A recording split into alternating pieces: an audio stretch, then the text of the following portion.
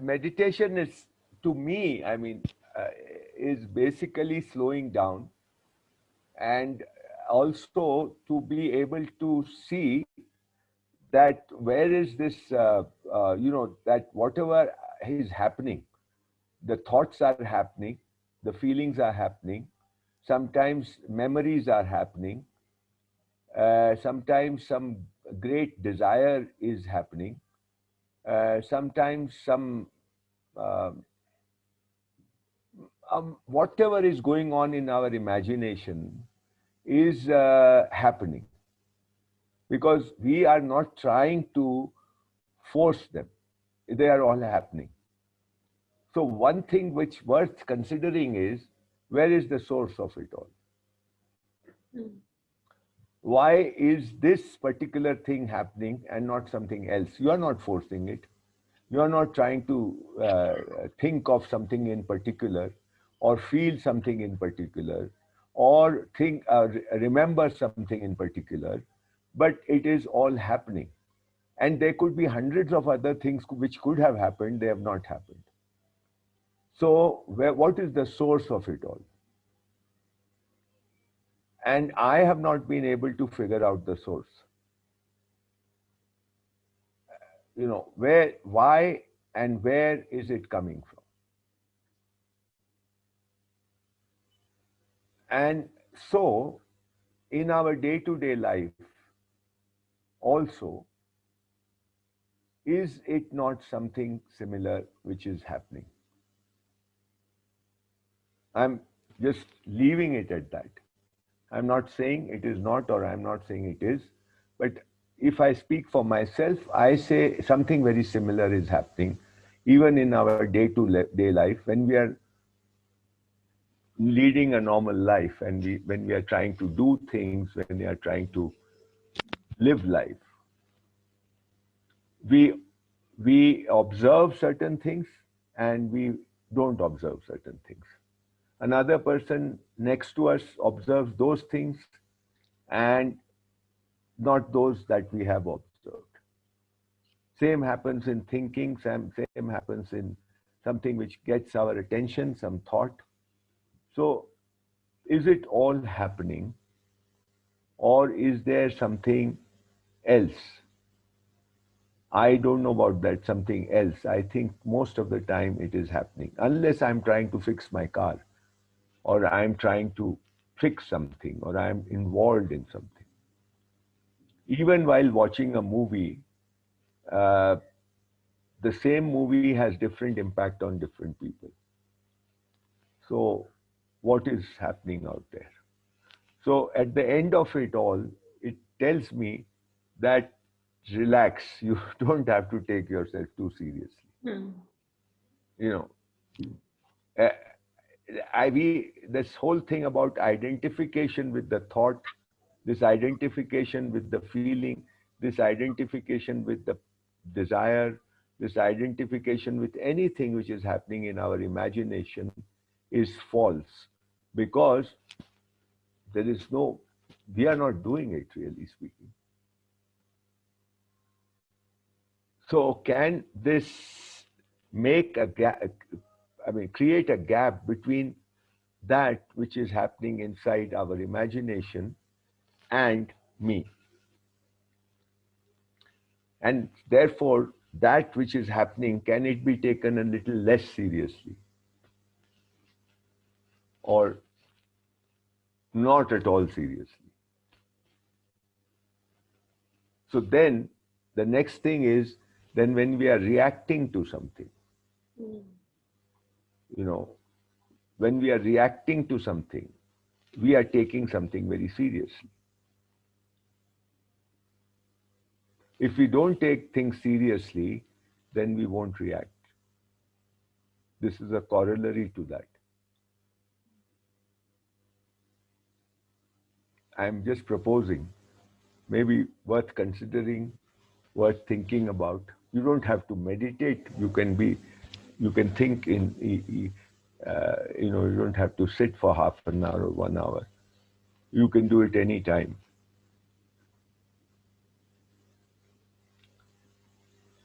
seeing things the way they are. That is what one is trying to do all the time. I mean, that is the attempt to see things as they are. If we don't see things as they are, then we respond or react to them differently than they demand, or that is the right way to do. So if we are looking at a rope as a snake, then we react, we get fearful, you know. That fear is an outcome of our seeing something other than what it really is. So, why I'm saying this right now is that the whole attempt of this 10-week, 8-week course is that we should be able to at least come to an understanding that it is whatever is being said is the dots need to be connected. Things are not separate. When we talk about perception, when we talk about truth, when we talk about reaction, when we talk about uh, seeing things as they are, when we talk about taking ourselves little lightly or not so seriously, what does it mean? We are also talking about responsibility. So, and at the same time, we are saying, don't take yourself, we need not take ourselves very seriously. Now, can we connect these two? Because normally, when we say, don't take yourself seriously, the the understanding of it, this could be that you don't have to be responsible. We are also talking of authenticity. So, can we connect all these dots? Because sometimes they may seem okay in isolation, but when we look at the whole picture, then we may feel that there are contradictions here. Now, what I'm saying is there's no contradiction. So then, if this appears that there is a contradiction, or it is not aligning, then that needs to be worked out. Somewhere there is a gap between the word which you are interpreting the meaning of. The word is being interpreted as a meaning within you is not the what it actually is. So can we connect being responsible and not taking ourselves seriously?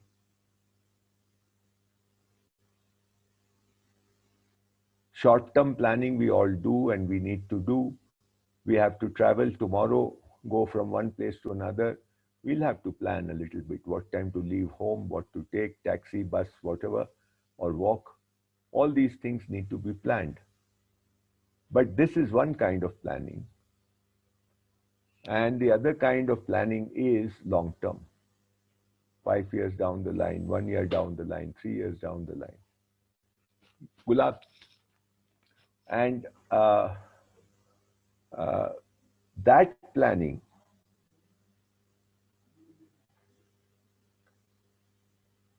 when we do, again, see, don't take my word for it. I I'm also work in progress, so don't take my word for anything. I sometimes share my thoughts with you, share what I have, the train of thoughts that I am following with you. So I haven't come to a final conclusion, but my thought at the moment is that when we do long-term planning, then we we are over evaluating ourselves. We are also not taking into account that we are not the doers. And somewhere unconsciously we get fixated.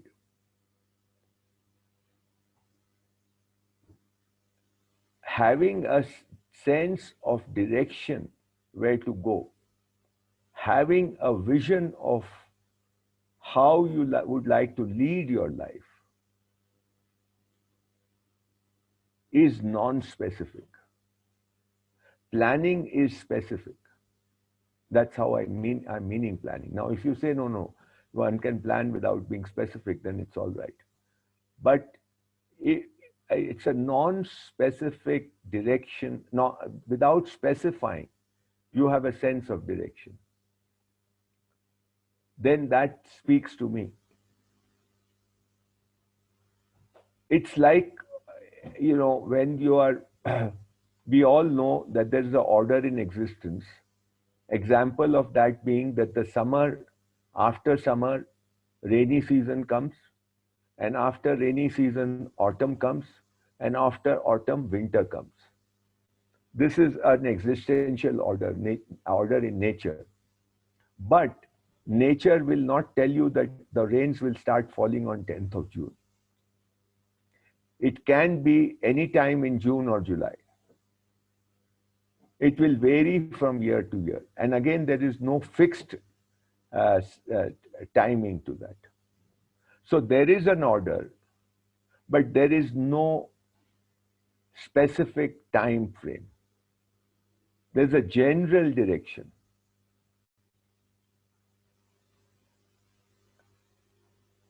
I am saying this and I'm trying to relate it to planning, the way we tend to plan.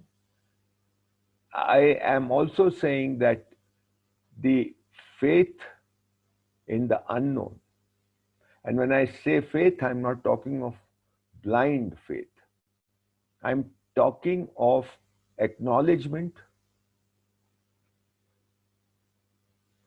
of the ever present, all pervading unknown. Acknowledgement that it is, and the manifestation of that unknown into the known happens through what we call as uncertainty, both good and bad. Those are names that we give. Bad and good are our subjective things. There's nothing good or nothing bad. But that it keeps on coming into our lives, the manifestation of the unknown into our lives is through a phenomena called uncertainty, which is again lurking everywhere, all the time. Many a slip between the cup and the lip. All these things that we are saying, we need to connect these various dots. And the one thing which needs to be really, really recognized is perception. Perception and vis-a-vis truth. Truth and perception. And we are, till we know it all, we are condemned to live with our perception, to do things out of our perception, to behave out of our perception. But at the same time, knowing the falsity of perception or the deception of perception. So are you getting it? I mean, you have to live out of your perception because you don't know the entire truth. But you know that this is perception and not truth. And your perception is colored with your beliefs, your assumptions, your conditioning, your upbringing, your psychology, everything. The only difference is when you don't see perception as perception, and you see perception and perception is that you will not take yourself very seriously. That is where I think the Indian concept of Maya comes in. When they say it's all Maya, it's all perception. Not, don't take it too seriously. Of, not, don't. You have to deal with it. There is no way out of it, but don't take it too seriously. So I think whether it is meditate, I don't know about samadhi. I mean, someone said meditation is for samadhi. I mean, do we know what samadhi is? I don't know. I just imagine it to be something, which I don't know. So it's interesting. How do you imagine something that you don't know?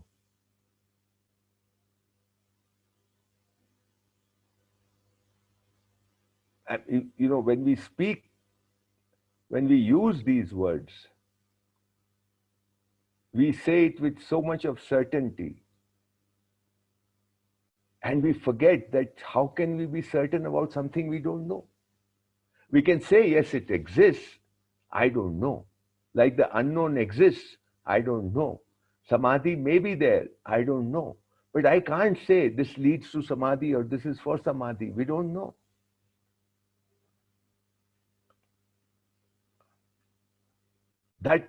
Because as soon as we say that, then we are fixated. We are doing meditation for an purpose that we don't even know.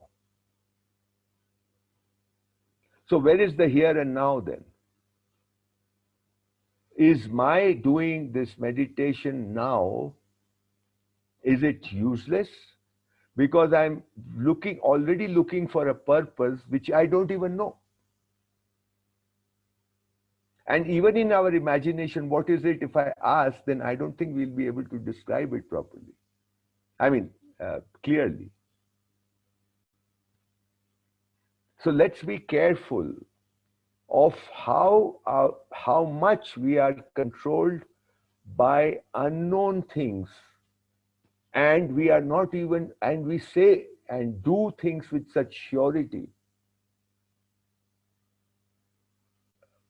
But if you explore yourself, you'll find that it is all hollow.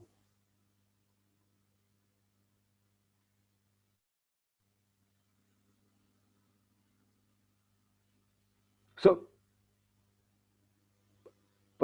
if we are aware of perception, the perception being perception, and perception is a veil which is showing us something which is not, or which is otherwise. It is showing a horse as a donkey, or a donkey as a horse, or it is sometimes, that is, it is showing something which is not so, or it is over evaluating. The over evaluation could be of a car or a house or money or the other person. The over evaluation could be of my own expectations of myself. Or we are under evaluating. Under evaluating money, under evaluating the other person, under evaluating the car, under evaluating the house, or under evaluating ourselves. So there could be three things that can go wrong: under evaluation, over evaluation, and seeing things other than what they are. It's a horizontal shift. Over evaluation and under evaluation are vertical shifts. These, every time we are perceiving this, one of these three things is happening to a lesser or larger degree.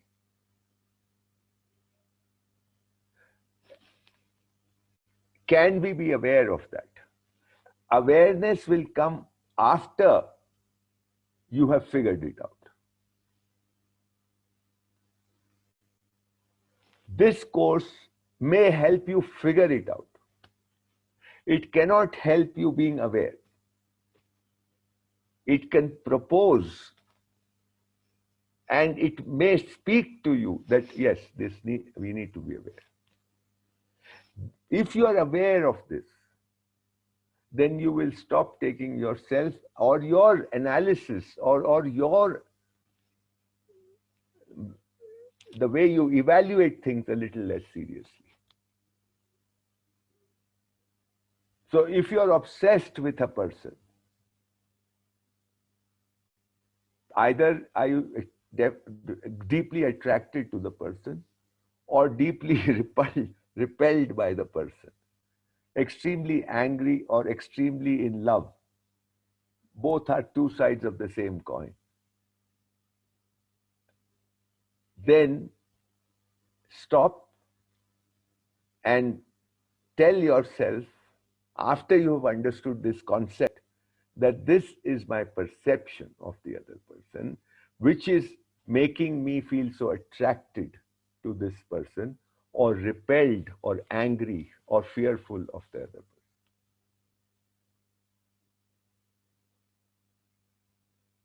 This relationship business is this word is so over-evaluated, highly over-evaluated. Relationship is basically connectedness. I am in relationship with my computer. I'm connected with my computer. I'm dealing with my computer. This too is relationship. I'm connected with the air, the water, the earth, the sun, the every. This connectedness is basically the fundamental behind relationship. We are otherwise evaluating a relationship or over evaluating relationship. It is just so. You are related to everything through space, whether you like it or not. You have no choice. We are all related to each and everything, known and unknown, within and without, tangible and intangible. We are connected with everything all the time, through space, in space. That is something to be meditated over. There is no choice. This is the way it is. You and I are not connected through this computer. We are connected through this space right now, where irrespective of where you are. And I'm connected to all those who are not, I don't even know. Because it's the space is like that is what is connecting us, and it's all pervading. That is the basis of relationship. And if you go deep down, then this leads to something phenomenal. You realize there's nothing more, nothing less. This is the way it is. There's no special relationship. There is just no special relationship. Relationship is. The special part comes out of our perception. I mean, special can be both ways, attraction and repulsion. That comes out of our perception.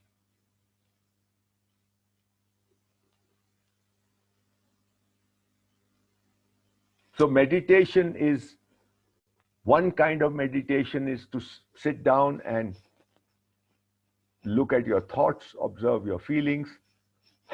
There could be 100 types of meditation. This is a living meditation. To ponder over truth. And all that is being said right now falls in the realm of truth. Even the talk about perception falls in the realm of truth. Perception is a statement of truth. Information is a statement of truth. Opinion is a statement of truth. Opinion is not truth, is a statement of truth.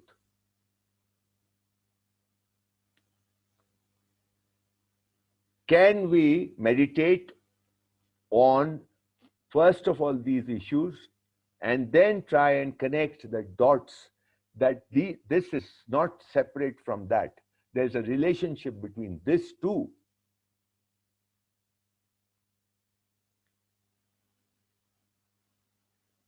And I think that is something that we should do this week, if you can. I mean, do it constantly.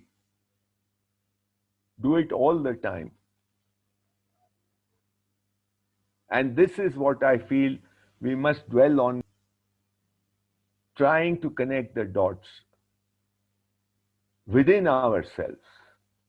And when you get these fresh insights, which you will share them with others. Tell them the whole process and the fun of it and the beauty of it and what it does to your body and your sensations. You will, even that needs, you need to be aware of. What these goose pimples that we talk about, what is that? You get goose pimples when you get an insight, when you connect these dots and you see the whole maya, of it all. Even if it's for a few seconds, it's worth it.